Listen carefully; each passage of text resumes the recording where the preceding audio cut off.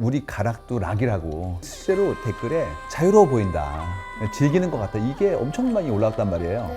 나는 국악만을 하고 싶거나 해야 하는 사람이 아니다. 그것보다 더 넓은 범위의 음악을 나는 해야 하는 사람이고, 그래야 나는 살 수 있는 사람인 것 같다. 그럼 나는 아는 게 국악밖에 없는데 뭘 해야 내 언어를 가질 수 있는 거지? 네. 저는 빨리 자유를 쟁취하고 싶으니까. 오늘의 가장 중요한 건 음악도 중요하지만 내 삶의 결정권에 대한 부분들을 선포하신 게 가장 아름답습니다.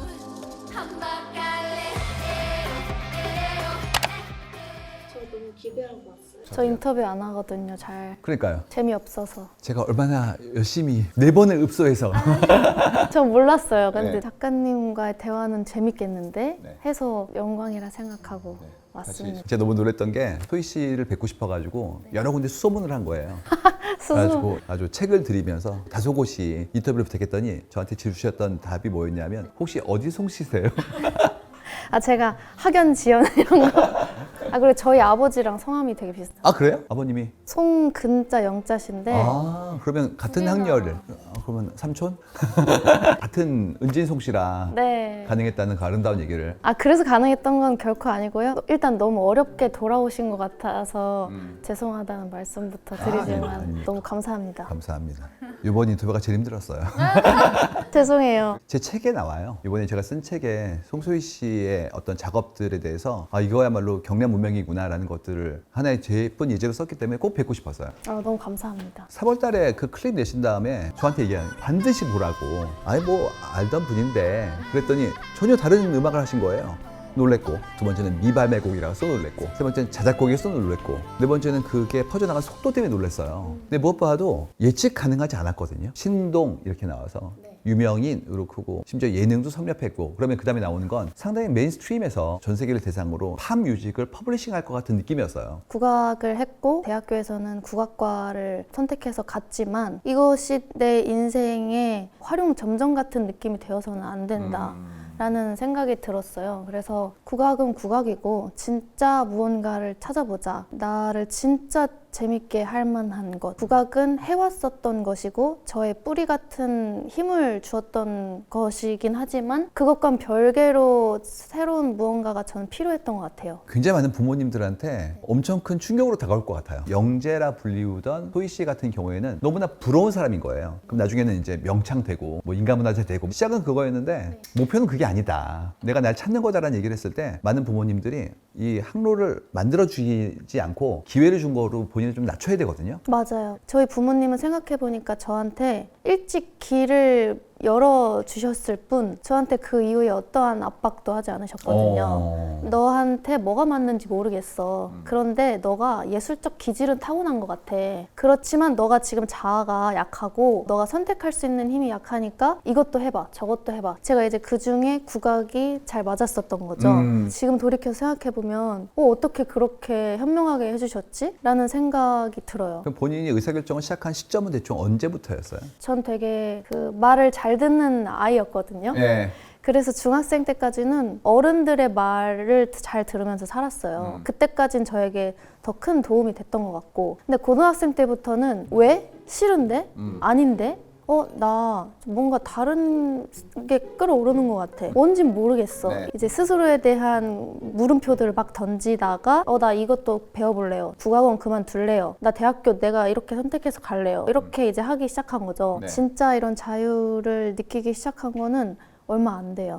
실제로 댓글에 자유로워 보인다, 즐기는 것 같다, 이게 엄청 많이 올라왔단 말이에요. 저는 거기서부터 지금 시대의 감성을 좀 읽었거든요. 그러니까 우리가 보통 성취라고 그러면 남들이 보기에 선망하는 것들 얘기한단 말이에요. 근데 그렇지 않고 내가 정말 원하는 걸 찾은 사람이 가지고 있는 그런 자유로움에 대한 것들을 우리가 동경하는데 너무너무 부러운 느낌이었단 말이죠. 자유는 어디에서 오는 걸까를 생각해 봤을 때 제 경험상으로는 다 각자의 기질이 있잖아요. 네네. 그리고 살면서 쌓여진 본인만의 이야기가 있고 네. 근데 그런 것들을 잘 표출했을 때 자유로워질 수 있다고 생각을 하는데 모두가 저를 자유로워졌다고 느끼고 저 스스로도 자유로워졌다고 느끼는 거는 아마 제가 그런 표출이 가능해졌기 때문이지 않을까. 그 마음의 힘이 더 강해진 거기 때문인가요? 이제 솔직해진 거죠. 오, 근데 예. 그게 저만의 언어로 솔직해짐을 표출했을 때 그게 효과가 있는 거라고 생각하거든요. 저한테는 그게 이제 제가 가진 이런 이야기들을 음악적으로 풀어낸다는 거거든요. 그럴 수 있게 됐으니까 이제 이야기를 한다는 게 두 가지가 필요한 게 첫 번째는 나의 이야기가 있어야 되고요. 두 번째는 내 랭귀지가 있어야 되거든요. 언어가. 이제 언어를 탑재가 되신 것 같은데 그 다양성을 어떻게 흡수하셨어요? 본인의 언어를 찾는 건 굉장히 쉽지 않은 일인 것 같아요. 저도 마찬가지로 그랬고 그래서 굉장히 치열하게 고민을 하다가 알게 된 사실이 나는 국악만을 하고 싶거나 해야 하는 사람이 아니다. 그것보다 더 넓은 범위의 음악을 나는 해야 하는 사람이고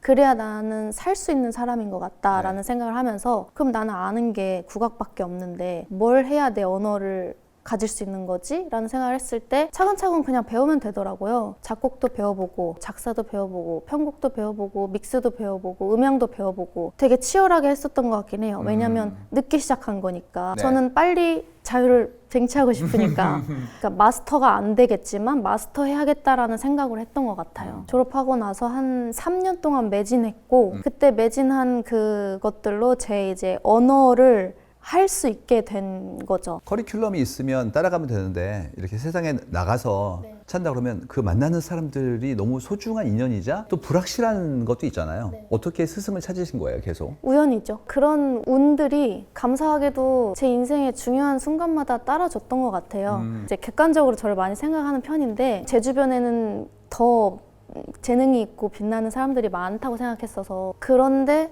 저는 다만 굉장히 그 운이 좋았고 그 운을 항상 두려워했어요. 거품처럼 사라지지 않으려고 신인지 모를 사람이 저를 그 운에 갖다 놓으면 그래 나 진짜 이 위치에 맞는 사람이 될 거야. 절대 내려갈 수 없는 하고서 그때부터 더 노력하고 하는 정도였지. 스승들이 예쁘게 봐주시고 명창이 사사해 주시고 이렇다는 건 재능이 있었다는 얘기 아닐까요? 그것도 운이라고 생각해요. 왜냐면 당시에 저 같은 신동이 많이 없었고요. 제가 생각했을 때도 당시에 좀 제가 귀엽게 생겼었어요. 아, 역시 그게 중요하다는. 저렇게 귀엽게 생긴 애가 노래를 저렇게 귀엽게 하네? 왜 목도 나쁘지 않아? 그런 생각으로 저를 이렇게 키워주셨던 것 같아요. 물론 다 그렇지는 않으시겠지만 전수하겠다라는 분도 계실 수 있잖아요. 이 경우에는 나는 전달자의 입장이란 말이죠. 근데 지금 창작자 입장에 서신 거예요. 실현자가 아니라 그때 간극 같은 건 없었나요? 네. 오, 다 열려있는 스승님들 만나셨군요. 그러니까 네 소리를 해 이렇게. 아니요. 그렇지 않아서 나왔어요. 제가 배움에 있어서 감사함을 느끼고 하지만 제가 스승님의 인생을 살 수는 없잖아요. 그래서 어떻게 보면 제가 좀 못됐죠. 그런 부분에 있어서는. 아니죠. 자기들이 찾아가는 건데 내 목소리를 내고 청출어람이 되면 더 멋진 일이니까 그걸 선택하신 거라서 소희 씨 같은 경우가 훨씬 더 맞다고 생각하거든요. 또 제가 맞은 건 아니고요. 저 같은 경우도 있을 수 있다는 거죠. 그러니까 보통 근데 국악 씬에서 특히 이런 클래식 전통을 이야기하는 씬에서는 암묵적으로 정해진 길들이 있어요. 그러니까 시작을 했으면 이러한 끝이 있어야 성공한 경로가 있는 거죠. 이게. 그 경로에서 제가 이탈해서 뭔가 낙오가 된 것처럼 보인다고 해도 그게 두렵지가 않았던 것 같아요. 어떻게 그럴 수가 있죠? 왜냐면 그때 그들 사이에 선망의 어떤 네트워크 있잖아요. 그걸 어떻게 자유로울 수가 있었죠? 애초에 그것들을 진심으로 갖고 싶었던 적이 없었던 것 같아요. 사실은 어릴 때 인터뷰를 할 때는 인간문화재가 되고 싶어요. 뭐 상을 받고 싶어요. 어디 홀에 서고 싶어요. 라고 했는데 그것들은 다 대본일 뿐이었고요. 아, 대본이 있었군요. 그리고 그게 제 꿈인 줄 착각하고 살았어요. 같이 음악하는 동료들 있잖아요. 네. 그분들은 어떻게 모으셨는지가 되게 궁금했어요. 왜냐면 제가 사운드 플래닛 가서 공연 보고 왔거든요. 정말 열심히 사시는군요, 작가님. 저는 되게 놀랐어요. 왜냐면 밴드와의 호응은 당연히 뮤지션은 하는 건데 그분들이 죄송한데 너무 따뜻하게 바라보시는 거예요. 맞아요. 우리 다 대견하다라는 느낌이었거든요. 저는 또 하나 놀랬던 게 몸 쓰는데 능하시더라고요. 느낌이 되게 죄송한 표현인데 접신한 느낌이었어요. 그때요? 지금 보시면 기절하실 것 그렇군요. 같은데. 이제 나오는 게 우리 가락도 락이라고. 지금 K-pop 데몬터스부터 한국의 원형 같은 문화 코드들이 전 세계로 가고 있단 말이에요. 근데 아직 소리는 그렇게 많이 가진 않았단 말이죠. 많이 콜이 들어오지 않아요, 이제? 전 네, 세계에서? 많이 들어와요. 전 세계 공연 많이 하시길 바래요. 저도 그러고 싶어요. 왜냐면 너무 직관적으로 이해가 되는 게 제가 처음에 들었을 때 느낌이 뭐였냐면 프로그레시브나 아트락 생각이 들었었고요. 그 인포데믹은 장난 아니었어요. 아, 처음부터 내가 어떤 사람인지를 말하고 싶어 하는구나 라는 생각이 좀 들었어요. 맞아요. 그때 조금 더 쉬운 주제로 얘기할 수 있었음에도 불구하고 좀 새로운 주제를 던지고 싶었던 게 그냥 제 안에 있는 것 중에 큰 부분이었어요. 세상에 대한 이야기를 던지는 거를 두려워하거나 그러진 않는 편인 것 같고 재밌어 하는 것 같아요. 근데 지금 당차게 하고 싶으신 음악을 결과 무관하게 그냥 툭 던질 수 있는 환경이 좋으신 건지 아니면 그만큼의 굳건한 마음이 있는 건지 둘 다 맞는 것 같고요. 다만 저는 제가 하고 싶은 걸 해도 어느 상황에서든지 객관적으로 거기 안에서 뽑아낼 수 있는 최대를 만들어내려고 하는 편이에요. 그러니까 예를 들어 인포데믹스 같은 건 제가 하고 싶은 주제였고 음악이었지만 내가 여기 지금 싱어송라이터로서 거의 처음 선보이는 이 음악이 음악도 다크한데 장르적으로 봤을 때 나랑 너무 동떨어져 있으면 부담스럽거나 어색해질 수 있겠다라는 생각을 했어요. 그래서 국악은 락이랑 어울리는 거는 사실은 음악을 좀 좋아하시는 분들이라면 너무 잘 아는 얘기잖아요. 그렇죠. 리듬감이라는 게 대단하기 때문에 소울이 통하는 게 많고 그래서 모든 음악적인 색깔이나 주제나 이런 게 조금 딥하더라도 장르적으로 이런 걸 좀 결합시켜서 조금은 마음을 편안하게 해줘야겠다. 나름의 저는 그런 선택들을 넣은 거였고 어제 EP 두 번째 나왔잖아요. 근데 그건 오히려 힘을 좀 뺀 느낌이었어요. 그래서 그렇게 변하게 된 어떤 동기 같은 게 좀 있었나요? 그 첫 번째 미니 앨범보다는 조금 더 대중적으로 다가가고 네. 싶었고요. 실제로 그게 들렸습니다. 다행이네요. 그런데도 이제 저는 제 색깔을 잃지 않아야 저의 음악으로서 힘이 생기는 거니까 그것들을 가장 고민을 했어요. 송소희 씨는 엄청난 무기를 가지고 있는 게 목소리를 가지고 있어요. 정확히 본인 목소리가 전체의 모든 톤을 만드는 굉장히 중요한 요소가 된다는 걸 느끼고 있는 중이거든요. 그러면 그 무기가 이렇게 강력할 거라는 거를 예상하신 거죠, 예상을? 정확히 알고 작업하죠. 왜냐면 저는 사실 제가 만들어내는 음악들이 팝 음악들이거든요. 네. 그럼에도 사람들이 한국적이라고 느끼고 사실 그 음악적으로 그거를 해부해보면 이유는 딱 하나 제 목소리거든요. 네. 제 목소리가 이미 한국적인 소울이 가득하게 절여져 있고 제 목소리만의 차별점을 분명히 갖고 있다고 생각을 해요. 그래서 그거를 잘 이용하고 싶은 마음이고요. 저도 똑같이 느꼈어요. 밀교나 월드뮤직이라고 하는 것들이 좀 스피리추얼한 음악들이잖아요. 우리로 따지면 시나위 같은 그런 형태의 어떤 접신의 느낌 같은 것들, 켈트나 아이리시 뮤직 같은 것들, 이런 것들이 다 계속 떠오르고 그런 모티브가 실제로 뮤직비디오나 가사에도 담기는 것들이 보여지니까 결국 원형적인 것들에 대한 어떤 탐미나 생각을 하시는 것 같아서 그럼 더 글로벌이 더 쉬워지잖아요. 그 감정은 굉장히 공유하고 있는 것들이니까. 맞아요. 꿈을 이제 크게 가져야 되니까 저는 한국에서만 놀고 싶진 않거든요.